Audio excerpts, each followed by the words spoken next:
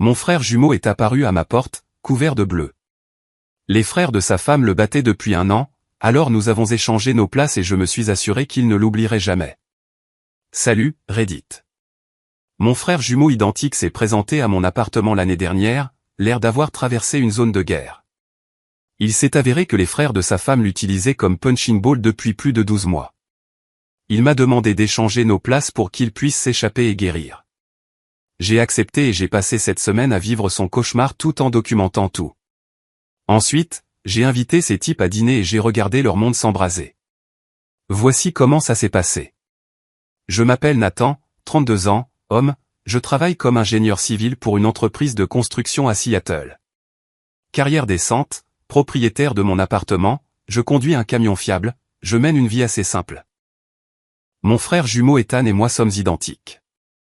Même taille, même corpulence, même trait du visage jusqu'à la petite cicatrice au-dessus de notre sourcil gauche suite à un accident de vélo dans notre enfance. En grandissant, nous n'arrêtions pas de nous amuser avec les gens, échangeant de classe au lycée, nous faisant passer l'un pour l'autre lors des réunions de famille. Nos parents pouvaient nous distinguer, mais la plupart des autres personnes avaient du mal, à moins de nous connaître très bien. Nous sommes restés proches pendant l'université et à l'âge adulte, même si nos chemins professionnels ont divergé. Ethan s'est lancé dans le marketing. Il a rencontré sa femme Kristen lors d'un événement d'entreprise il y a environ 5 ans. Ils se sont mariés après une romance éclair. Ils ont eu une fille nommée Sophie qui vient d'avoir 4 ans. J'étais son témoin au mariage. Je l'ai vu rayonner de bonheur en prononçant ses vœux. Il semblait sincèrement comblé par sa vie. Bon travail, belle famille, jolie maison en banlieue.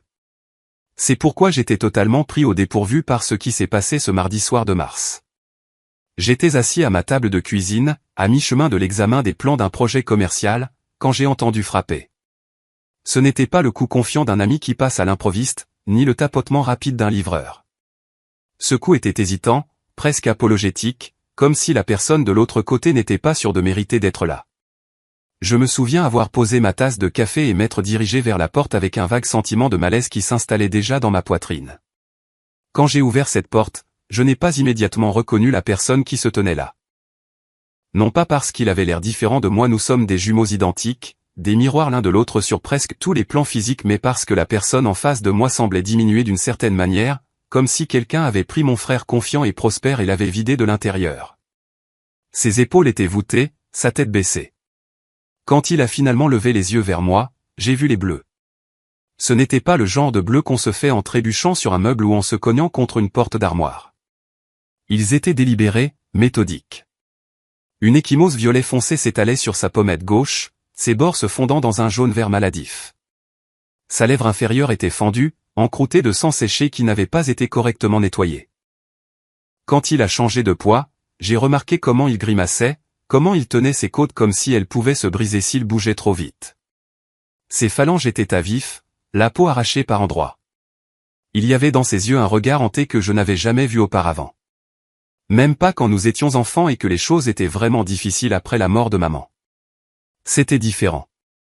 C'était le regard de quelqu'un qui avait été systématiquement brisé sur une longue période. J'ai reculé sans réfléchir, ouvrant la porte plus grand. Ethan est passé devant moi et est entré dans l'appartement comme un fantôme dérivant à travers une vie à laquelle il n'appartenait plus. J'ai fermé la porte derrière lui, l'ai verrouillée et me suis tourné pour lui faire face. Il se tenait au milieu de mon salon, les bras enroulés autour de lui, fixant le sol. Le silence s'est étiré, lourd et suffocant, jusqu'à ce que je parvienne enfin à prononcer son nom. Il a tressailli au son. Cette petite réaction, si différente du frère confiant et charismatique que j'avais connu toute ma vie, m'a transpercé d'une peur glaciale. Qu'est-ce qui s'est passé? Ma voix est sortie plus rauque que je ne l'avais prévu, tranchante d'inquiétude et d'une colère naissante. Il n'a pas répondu tout de suite. Au lieu de cela, il s'est affaissé sur le bord de mon canapé, bougeant prudemment comme si chaque partie de son corps lui faisait mal. Il a posé ses coudes sur ses genoux et a laissé sa tête pendre en avant, les mains jointes si fermement que ses phalanges sont devenues blanches.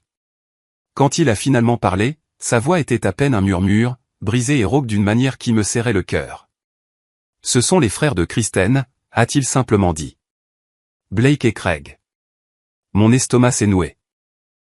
Je les connaissais vaguement, des types bruyants et autoritaires qui dominaient chaque réunion de famille, qui coupait la parole à tout le monde et agissait comme s'il possédait l'espace qu'ils occupaient. Blake était l'aîné, probablement 35 ans, travaillant dans la gestion de la construction. Craig était plus jeune, environ 30 ans, et faisait quelque chose dans la vente. Tous deux avaient cette confiance agressive qui vient de n'avoir jamais été sérieusement défiés. J'avais toujours pensé qu'ils étaient juste le genre de personnes qu'on tolère parce qu'on y est obligé, pas parce qu'on le veut. Mais ça, c'était tout autre chose. Au cours des 2 heures suivantes, Ethan m'a tout raconté. L'histoire est sortie par fragments, sa voix se brisant, ses mains tremblant alors qu'il décrivait ce qui se passait depuis 1 an. Ça a commencé doucement, a-t-il expliqué. Une bousculade par-ci, un mot dur par-là, toujours présenté comme un jeu brutal entre hommes, toujours rejeté comme une taquinerie fraternelle. Il se moquait de lui lors des dîners de famille, dénigrait sa carrière dans le marketing, le traitait de mou, de faible, pas assez homme pour leur sœur. Kristen riait parfois avec eux, ou pire, ne disait rien du tout, détournant simplement le regard pendant qu'il le démolissait pièce par pièce. Ethan pensait qu'il pourrait endurer. Il s'est dit que s'il faisait profil bas, restait silencieux, prouvait sa valeur d'une manière ou d'une autre, il finirait par le laisser tranquille. Mais ça a empiré. Ils ont commencé à venir à la maison sans prévenir, entrant de force comme s'ils étaient chez eux, se servant dans le frigo, changeant de chaîne à la télévision, montrant clairement qu'Ethan n'avait pas son mot à dire dans sa propre maison. Il l'observait quand Kristen n'était pas là, testant les limites, poussant plus fort à chaque fois. Un soir, il y a environ 6 mois, Blake a poussé Ethan contre un mur quand il leur a poliment demandé de partir parce que Sophie essayait de dormir à l'étage. Ethan a essayé de tenir bon, d'établir des limites de base. C'est là que le premier vrai passage à tabac a eu lieu. Ils l'ont coincé dans le garage un samedi après-midi, lui ont dit qu'il embarrassait la famille, qu'il devait apprendre sa place. Craig l'a tenu pendant que Blake le frappait, méthodique et froid, comme s'il donnait une leçon plutôt que de perdre son sang-froid. Ils l'ont averti de ne rien dire à personne, surtout pas à Kristen. Ils ont dit que personne ne le croirait de toute façon. Et s'il essayait de créer un problème, il s'assurerait qu'il perde tout. Son mariage, sa fille, sa réputation. Il le dépeindrait comme instable, violent, un menteur. Et parce qu'ils étaient les frères de Kristen, parce que la famille faisait toujours bloc autour des siens, Ethan savait qu'il pouvait le faire. Il avait vu comment les parents de Kristen, Frank et Patricia, choyaient Blake et Craig, comment ils ne pouvaient rien faire de mal à leurs yeux. Alors, il est resté silencieux. Il a encaissé les bleus, les menaces et l'humiliation, et a essayé de survivre. Les passages à tabac sont devenus plus fréquents. Blake se présentait pendant que Kristen était au travail, entrait de force et utilisait Ethan comme punching ball pour toute la frustration qu'il ressentait ce jour-là. Craig se joignait parfois à lui, maintenant Ethan pendant que Blake le rouait de coups. Ils étaient prudents, principalement des coups au corps qui pouvaient être cachés sous les vêtements, des ecchymoses occasionnelles au visage qu'Ethan expliquait comme des accidents de travail ou de la maladresse à la maison. Kristen a remarqué les bleus, mais a accepté ses explications sans poser de questions. Peut-être qu'elle ne voulait pas voir la vérité. Peut-être qu'elle était volontairement aveugle à ce que faisaient ses frères. Quoi qu'il en soit, elle n'a jamais insisté, n'a jamais exigé de vraies réponses, n'a jamais choisi de protéger son mari plutôt que de maintenir la paix avec sa famille. Le pire, m'a dit Ethan, c'était la façon dont ils utilisaient Sophie comme moyen de pression. Ils faisaient des menaces subtiles sur ce qui pourrait arriver à une petite fille si son père n'était pas prudent. Ils parlaient de bataille pour la garde, de la façon dont les juges favorisent toujours la mère, de la facilité avec laquelle on pourrait faire passer Ethan pour un parent inapte.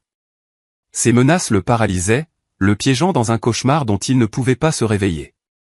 J'ai peur tout le temps, a-t-il avoué, la voix brisée. Peur qu'ils aillent plus loin. Peur qu'ils fassent du mal à Sophie. Peur que Kristen les choisisse plutôt que moi si je la force à prendre parti. J'ai l'impression de me noyer, et je ne vois pas d'issue. C'est alors qu'il a levé les yeux vers moi, les yeux rougis et désespérés, et m'a demandé si je l'aiderais. Pas d'une manière vague et éventuelle. Il avait besoin d'aide immédiatement. Il a dit qu'il avait besoin de disparaître pendant un certain temps pour s'éloigner, respirer et trouver une solution. Mais il ne pouvait pas simplement partir. Blake et Craig le poursuivraient, ou pire, ils se vengeraient sur Sophie. Il avait besoin que quelqu'un prenne sa place. Juste pour un petit moment, juste assez longtemps pour lui acheter du temps. Et parce que nous étions jumeaux, parce que nous avions passé toute notre vie à être confondus, parce que personne en dehors de notre famille immédiate ne pouvait vraiment nous distinguer à moins de regarder de près, il pensait que je pourrais peut-être le faire. Il me demandait de devenir lui, d'entrer dans sa vie, de porter son visage, d'endurer ce qu'il endurait pendant qu'il se faufilait quelque part en sécurité pour essayer de guérir. J'aurais dû dire non. Toute personne raisonnable l'aurait fait.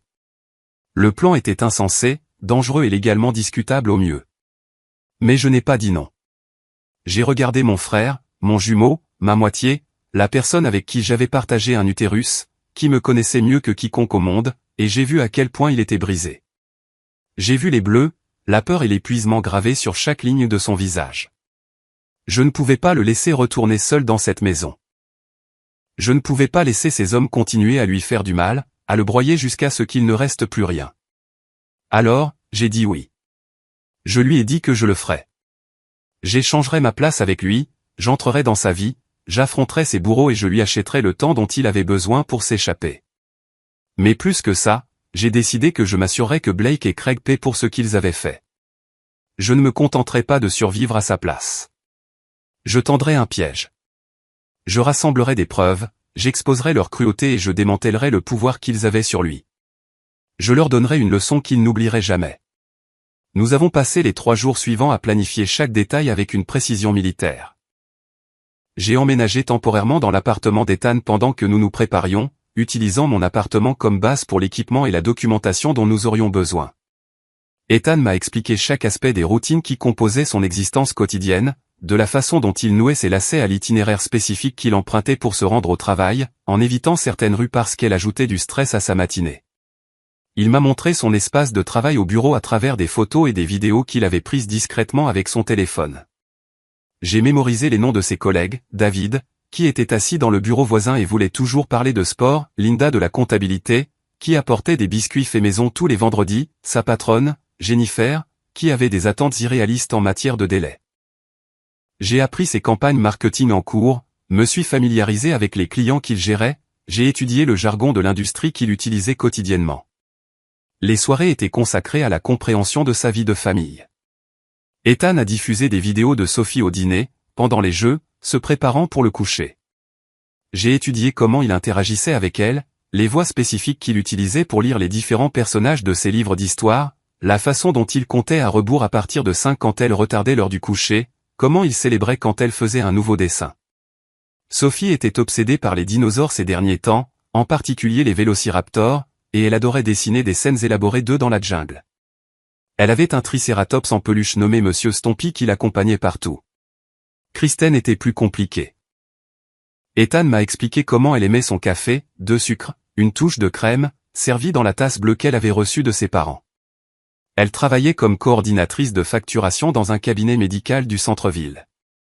Elle quittait généralement la maison à 7h30 et rentrait vers 17h15. Elle détestait discuter du travail à la maison, préférait regarder des émissions de télé-réalité le soir et avait pris l'habitude de faire défiler les réseaux sociaux sur son téléphone plutôt que de s'engager dans une vraie conversation. Elle n'a pas toujours été comme ça, a dit Ethan tranquillement un soir. Quand nous nous sommes mariés, nous parlions pendant des heures. Nous faisions des projets, rêvions de l'avenir. Mais à un moment donné, elle a commencé à prendre ses distances. Je pense que c'est quand ses frères ont commencé à venir plus souvent. Elle les a choisis plutôt que moi, petit à petit, jusqu'à ce qu'il ne reste plus grand-chose de nous.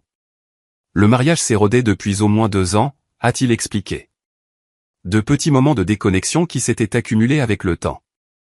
Kristen donnant la priorité aux opinions de ses frères sur les sentiments d'Ethan, rejetant ses préoccupations concernant leur comportement intrusif, faisant des blagues à ses dépens quand il se moquait de lui, traitant cela comme une taquinerie fraternelle inoffensive au lieu de la sape systématique que c'était réellement. Plus important encore, Ethan m'a expliqué en détail la dynamique avec Blake et Craig. Blake se présentait généralement le mercredi soir, parfois le jeudi après-midi s'il avait pris sa journée.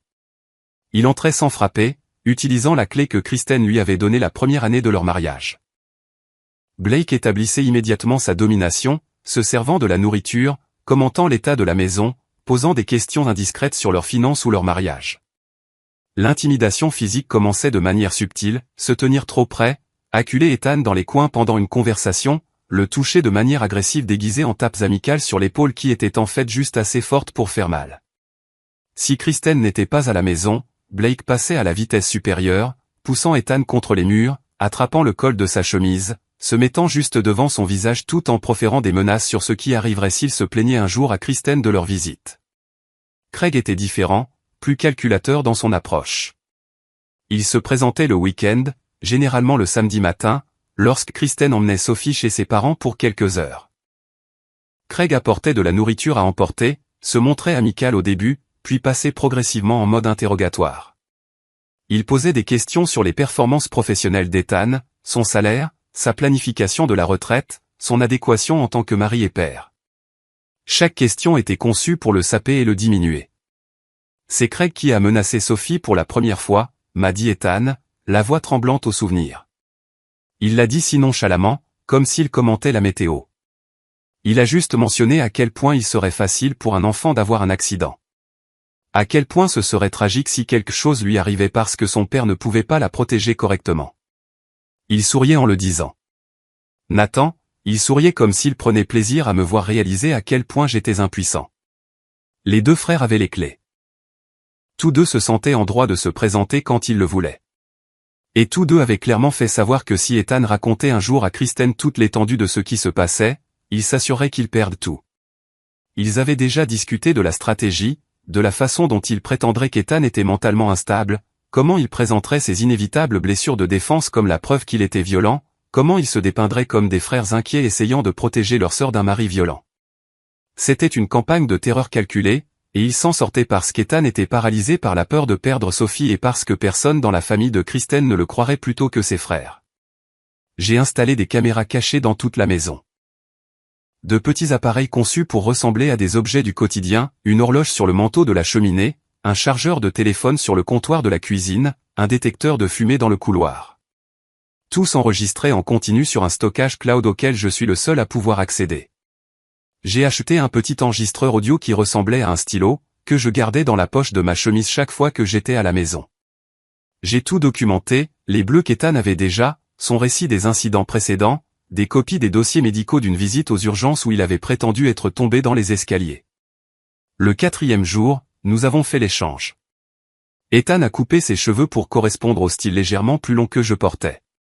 Nous avons échangé nos vêtements, nos portefeuilles, nos téléphones, nos clés. Je l'ai conduit à un chalet isolé que j'avais loué à 3 heures au nord de Seattle. Je l'ai aidé à s'installer avec des provisions pour un séjour prolongé. L'endroit n'avait aucun lien avec l'un de nous. Payé en espèces, assez isolé pour qu'il puisse décompresser sans regarder constamment par-dessus son épaule. Reste ici, lui ai-je dit alors que nous étions dans le petit salon du chalet. Repose-toi, Gary, digère tout. Je m'occupe de Blake et Craig. Je documenterai tout ce qu'ils font, et quand j'aurai assez de preuves, nous les détruirons légalement. Ethan me regarda avec une expression que je ne pouvais pas tout à fait déchiffrer. De la gratitude mêlée de culpabilité, mêlée à quelque chose comme de l'espoir. Je ne sais pas comment te remercier pour ça. Tu n'as pas besoin de me remercier. Tu es mon frère. Maintenant, va prendre une longue douche, dors dans un lit où tu te sens en sécurité, et laisse-toi guérir. Je prendrai de tes nouvelles tous les quelques jours. Je suis retourné à Seattle cet après-midi-là et j'ai emménagé dans la maison d'Ethan.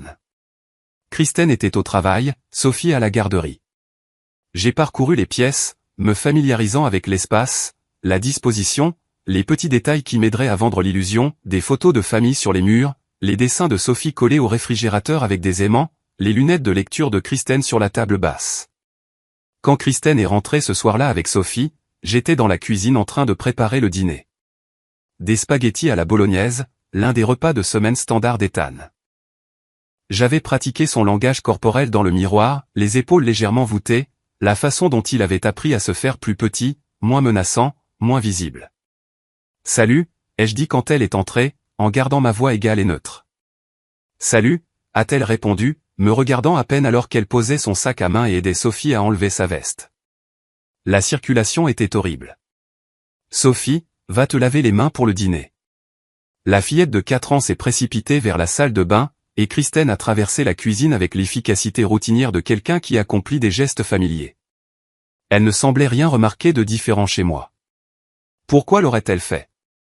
Je faisais un excellent travail pour être Ethan, la version abattue et prudente qu'il était devenu. Cette première soirée s'est déroulée sans incident majeur. J'ai lu à Sophie son histoire du soir, un livre sur un vélociraptor qui voulait être une ballerine, faisant les voix de tous les dinosaures exactement comme Ethan me l'avait appris. Sophie a gloussé au pas de danse ridicule du T-Rex et a serré Monsieur Stompy fort quand je l'ai bordé. Elle m'a regardé avec une confiance totale, et le poids de ce que je faisais m'a frappé de plein fouet. Cette petite fille comptait sur son père pour la protéger, et je devais maintenir l'illusion parfaitement pour la garder en sécurité. Kristen a regardé la télévision dans le salon pendant que je nettoyais la cuisine, essuyant méthodiquement les comptoirs et chargeant le lave-vaisselle exactement comme Ethan a dit qu'il le faisait chaque soir. Elle m'a à peine adressé la parole, absorbée par une émission de télé-réalité sur des femmes au foyer riche se disputant à propos d'un traiteur. Nous sommes allés nous coucher sans beaucoup de conversation. J'ai dormi dans la chambre d'amis, prétextant un rhume et ne voulant pas la contaminer, une excuse qu'Ethan avait suggérée, sachant que Kristen avait une phobie des germes et accueillerait la séparation sans poser de questions.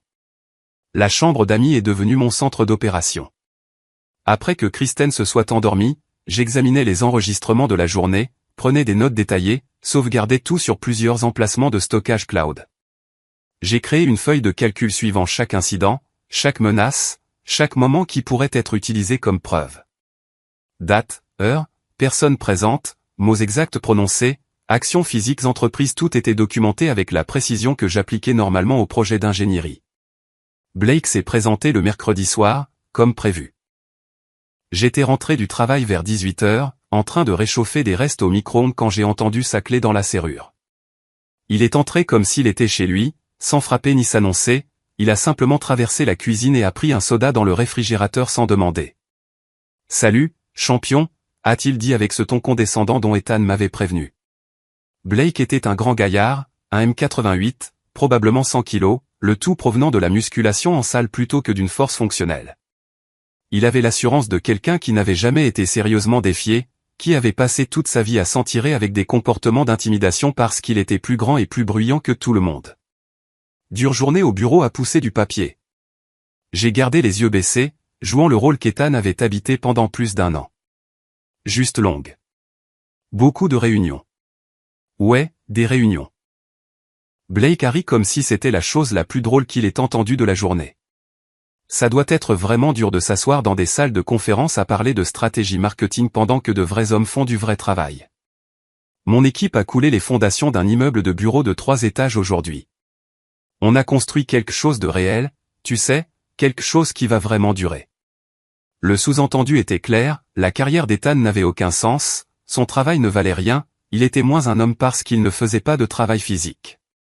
C'était le même schéma qu'Ethan avait décrit, le même scénario que Blake utilisait pour établir sa domination et faire en sorte que son beau-frère se sente inférieur. Je n'ai pas répondu, je me suis juste concentré sur mon assiette de gratin réchauffée. Blake a fait le tour de l'îlot de cuisine, envahissant mon espace, me coinçant contre le comptoir. C'est comme ça que ça commençait toujours, avait expliqué Ethan. De petites provocations conçues pour tester les limites et renforcer la dynamique de pouvoir. Kristen travaille tard encore, a demandé Blake, son ton suggérant qu'il connaissait déjà la réponse. Elle sera à la maison vers 19h. Bien, bien.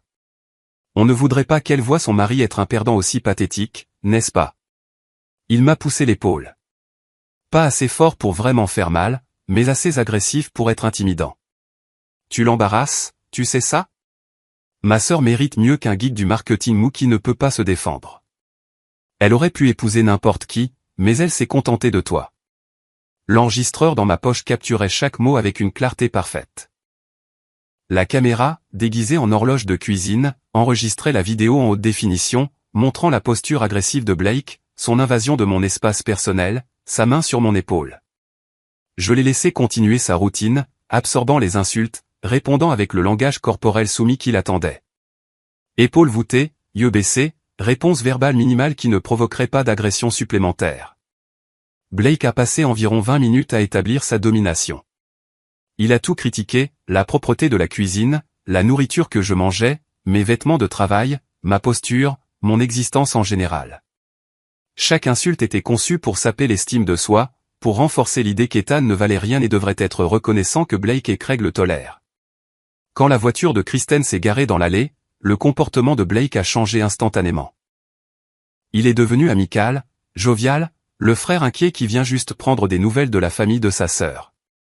Il m'a ébouriffé les cheveux dans un geste qui pouvait paraître affectueux à un étranger, mais qui était en fait une autre affirmation de domination, me traitant comme un enfant qui avait besoin de son approbation.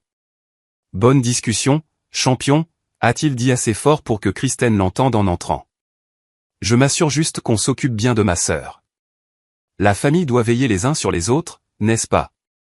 Kristen lui a souri, inconsciente ou ignorant délibérément ce qui venait de se passer. Merci d'être passé, Blake. Tu veux rester dîner? Non, j'ai des plans, mais on se voit ce week-end chez papa et maman. Il m'a lancé un regard d'avertissement en partant, un rappel silencieux de garder le silence sur tout ce qui venait de se passer.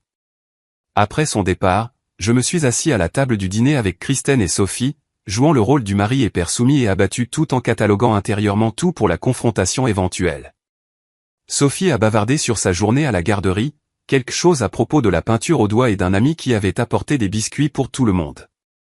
J'ai écouté et répondu de manière appropriée, maintenant l'illusion pendant que l'enregistreur dans ma poche continuait de documenter chaque instant de ma vie transformée. Cette nuit-là, après que Kristen et Sophie se soient endormies, j'ai examiné les images et l'audio. C'était parfait.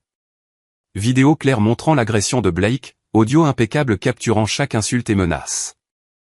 Je l'ai ajouté à mon dossier de preuves croissant, organisant tout chronologiquement, créant un récit qu'il serait impossible de nier ou de rejeter. J'ai suivi le même schéma pendant cette semaine. Blake se présentait 2 fois par semaine, parfois seul, parfois avec Craig. Ils entraient, se moquaient de moi, me bousculaient, allant parfois jusqu'à la violence physique. J'ai tout documenté. Chaque insulte, chaque bousculade, chaque coup. Les caméras ont tout capturé en haute définition. Craig était différent de Blake. Moins ouvertement agressif, mais plus calculateur. Il faisait des menaces à propos de Sophie, parlait de la facilité avec laquelle on pourrait prouver que j'étais un père inapte, décrivait en détail ce qui pourrait arriver dans une bataille pour la garde. Ces enregistrements étaient particulièrement accablants, montrant la préméditation et la violence psychologique. La violence physique s'est intensifiée vers la 4e semaine. Blake est arrivé en colère à cause de quelque chose à son travail et il s'en est pris à moi dans le garage. Craig m'a tenu les bras pendant que Blake me rouait de coups. Des coups au corps principalement, quelques coups au visage que je n'ai pas pu bloquer. J'ai laissé faire, serrant les dents, me concentrant sur l'enregistreur dans ma poche et la caméra que j'avais cachée au plafond du garage. Kristen a vu les nouveaux bleus ce soir-là. J'étais dans la salle de bain en train d'évaluer les dégâts quand elle est entrée. Pendant un moment, j'ai pensé qu'elle pourrait enfin poser les bonnes questions, qu'elle pourrait enfin choisir de voir ce qui se passait réellement. Mais au lieu de ça, elle a juste soupiré et dit « Tu dois être plus prudent ». Cette réponse m'a dit tout ce que j'avais besoin de savoir sur sa complicité. Elle ne participait pas activement aux abus, mais elle les permettait par un aveuglement volontaire. Elle avait choisi le mensonge confortable plutôt que la vérité inconfortable. Au bout de 6 semaines, j'avais des dizaines d'heures d'enregistrements vidéo et audio. Blake et Craig m'avaient agressé cette fois, proféré d'innombrables menaces et démontré un schéma clair d'abus prolongés. J'avais assez de preuves pour les enterrer légalement. Il ne me restait plus qu'à tendre le piège. Je l'ai planifié avec soin. Les parents de Kristen fêtaient leur 40e anniversaire de mariage et toute la famille se réunissait pour un dîner chez eux. C'était l'occasion parfaite. Tout le monde au même endroit.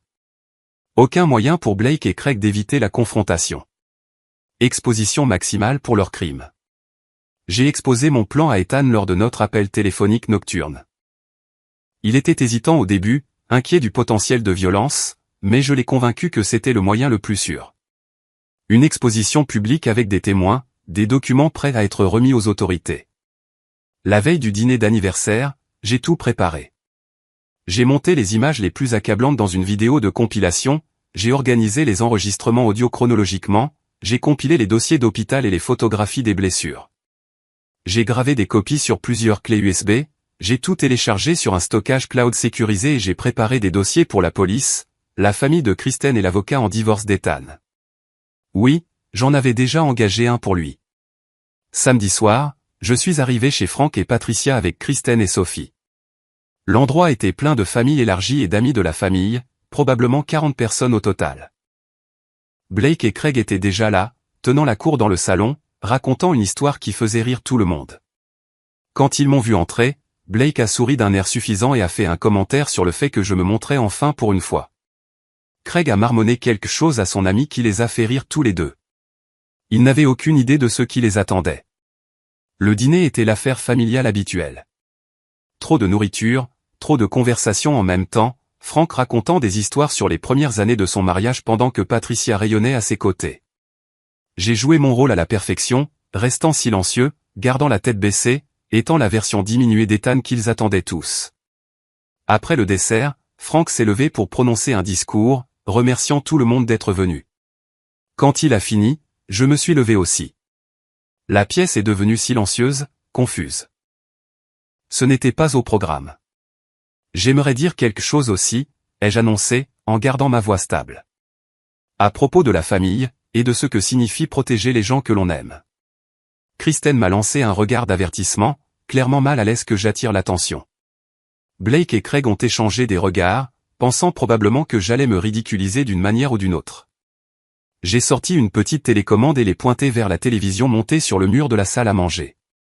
J'avais arrangé avec Frank plus tôt pour mettre en place une connexion par ordinateur portable, prétextant vouloir montrer des photos de famille. Il avait accepté sans poser de questions. Au cours des 7 dernières semaines, ai-je continué alors que l'écran s'animait, j'ai documenté quelque chose qui se passe dans cette famille, quelque chose que tout le monde ici a besoin de voir. La première vidéo a commencé à jouer. Blake entrant dans la maison d'Ethan sans y être invité, commençant immédiatement son assaut verbal. L'audio était d'une clarté cristalline. Chaque insulte et menace parfaitement capturée. La pièce est devenue complètement silencieuse alors que les gens regardaient. Patricia a eu un hoquet. Le visage de Frank est devenu rouge. Kristen est devenue pâle. Blake a commencé à se lever, mais son père lui a aboyé de s'asseoir et de regarder. La compilation a continué. Cette semaine d'abus condensés en une présentation dévastatrice de 12 minutes. Blake me poussant contre les murs. Craig me tenant pendant que Blake me frappait. Tous deux proférant des menaces explicites à propos de Sophie, de la destruction de la vie d'Ethan s'il parlait un jour. Les images étaient indéniables, horodatées, montrant clairement les visages. Certaines des femmes dans la pièce ont commencé à pleurer. Frank avait l'air sur le point d'avoir une crise cardiaque. Blake et Craig restaient figés, leurs visages passant par le choc, la colère, et finalement la peur alors qu'ils réalisaient l'ampleur de ce qu'ils regardaient. Quand la vidéo s'est terminée, le silence était assourdissant. Je me suis tenu là, devant 40 témoins, et j'ai dit, Blake et Craig abusent systématiquement d'Ethan depuis plus d'1 an. Ils l'ont battu, menacé, terrorisé sa fille et transformé sa maison en prison. Et tout le monde dans cette famille, tout le monde, a laissé faire. Blake a bondi de sa chaise, le visage tordu de rage. Ce n'est pas. Tu ne peux pas. C'est sorti de son contexte. Contexte, ai-je répété calmement. S'il te plaît, explique le contexte où il est acceptable de battre le mari de ta sœur et de menacer une enfant de 4 ans. Craig a essayé une approche différente, se tournant vers ses parents avec désespoir. Papa, c'est insensé. Il invente tout ça. On était juste. Juste quoi, ai-je interrompu. Juste en train de terroriser quelqu'un pendant 1 an. Juste en train d'enfreindre plusieurs lois, y compris l'agression, les voies de fait, les menaces terroristes et l'intrusion criminelle. Tout cela, je l'ai documenté et signalé à la police. C'est alors que j'ai révélé la deuxième partie de mon plan. 2 officiers en uniforme ont franchi la porte d'entrée. Je les avais contactés plus tôt, leur avais expliqué la situation, fourni des preuves préliminaires. Ils avaient accepté de se tenir prêts pendant le dîner, attendant mon signal.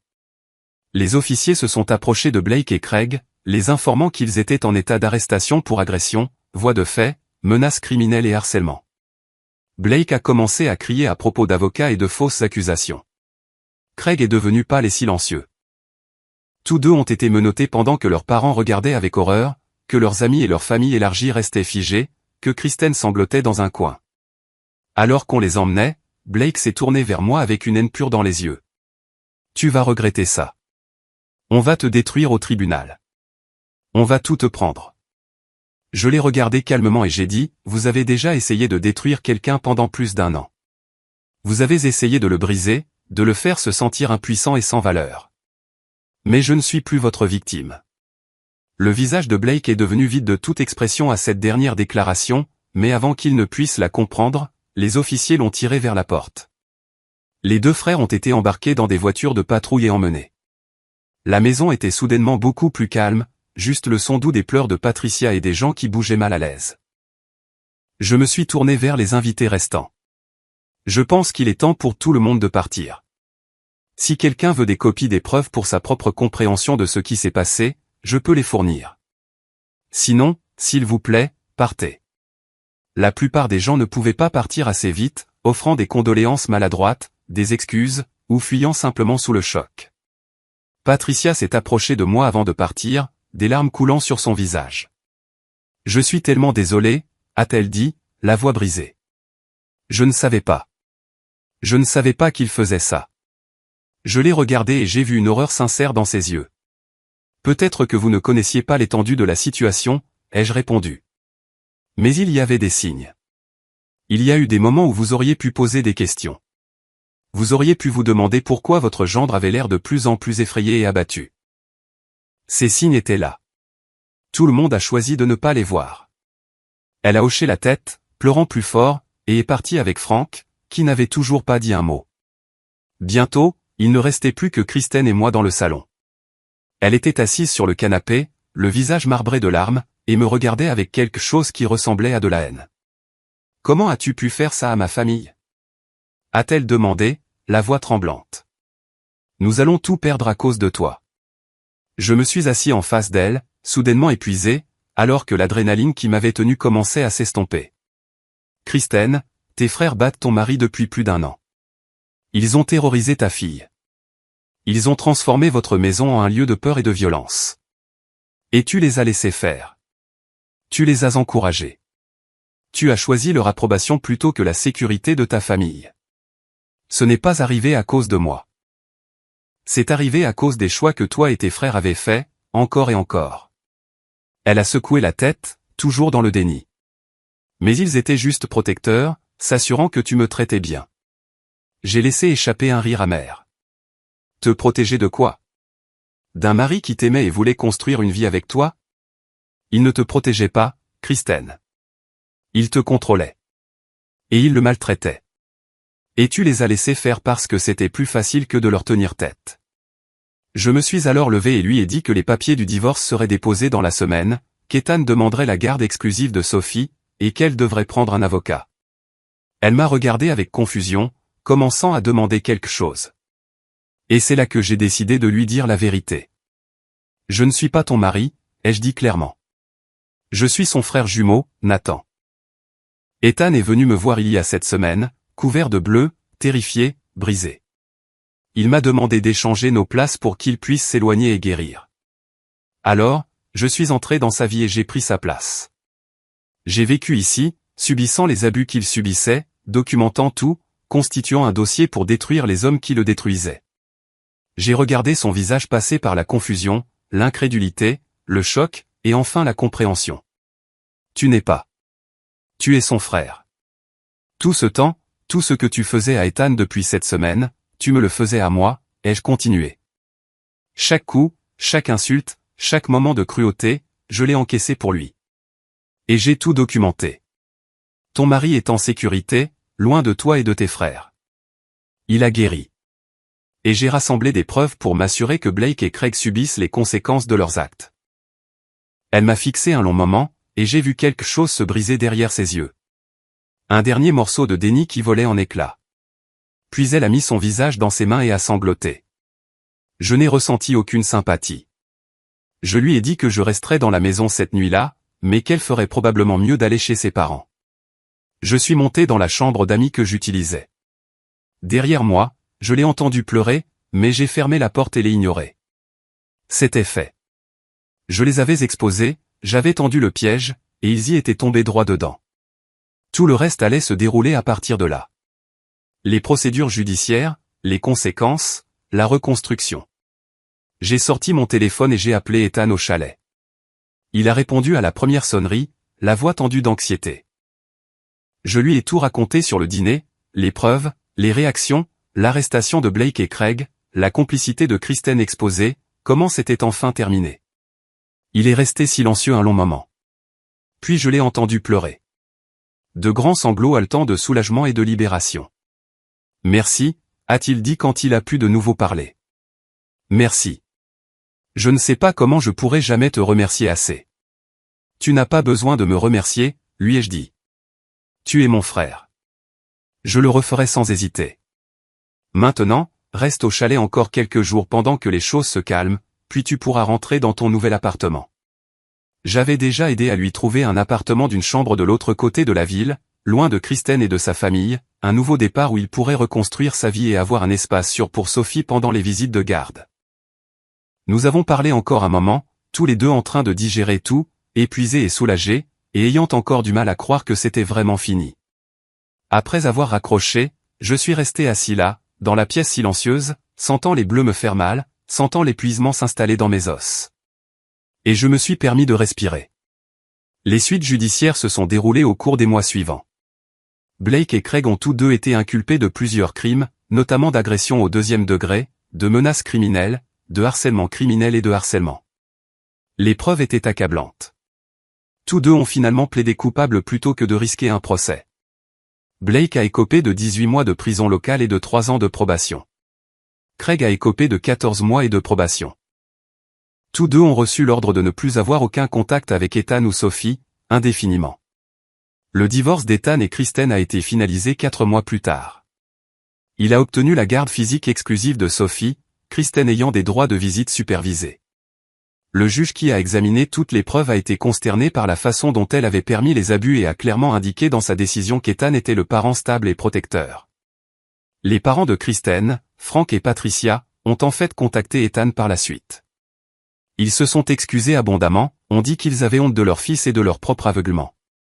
Ils voulaient maintenir une relation avec Sophie si Ethan le permettait. Il a accepté des visites supervisées, reconnaissant qu'ils étaient les grands-parents de Sophie, et il semblait sincèrement repenti. Quant à moi, je suis retourné à mon appartement et à ma vie normale. Les bleus ont guéri, la douleur s'est estompée, mais l'expérience m'a changé d'une manière que je suis encore en train de digérer. J'ai maintenant une compréhension plus profonde de ce que signifie être vraiment vulnérable, être piégé dans une situation où demander de l'aide semble impossible. Si vous avez apprécié cette vidéo, veuillez cliquer sur le bouton d'abonnement. Cela aide vraiment la chaîne et nous aide à vous proposer des histoires de plus en plus intéressantes. Merci.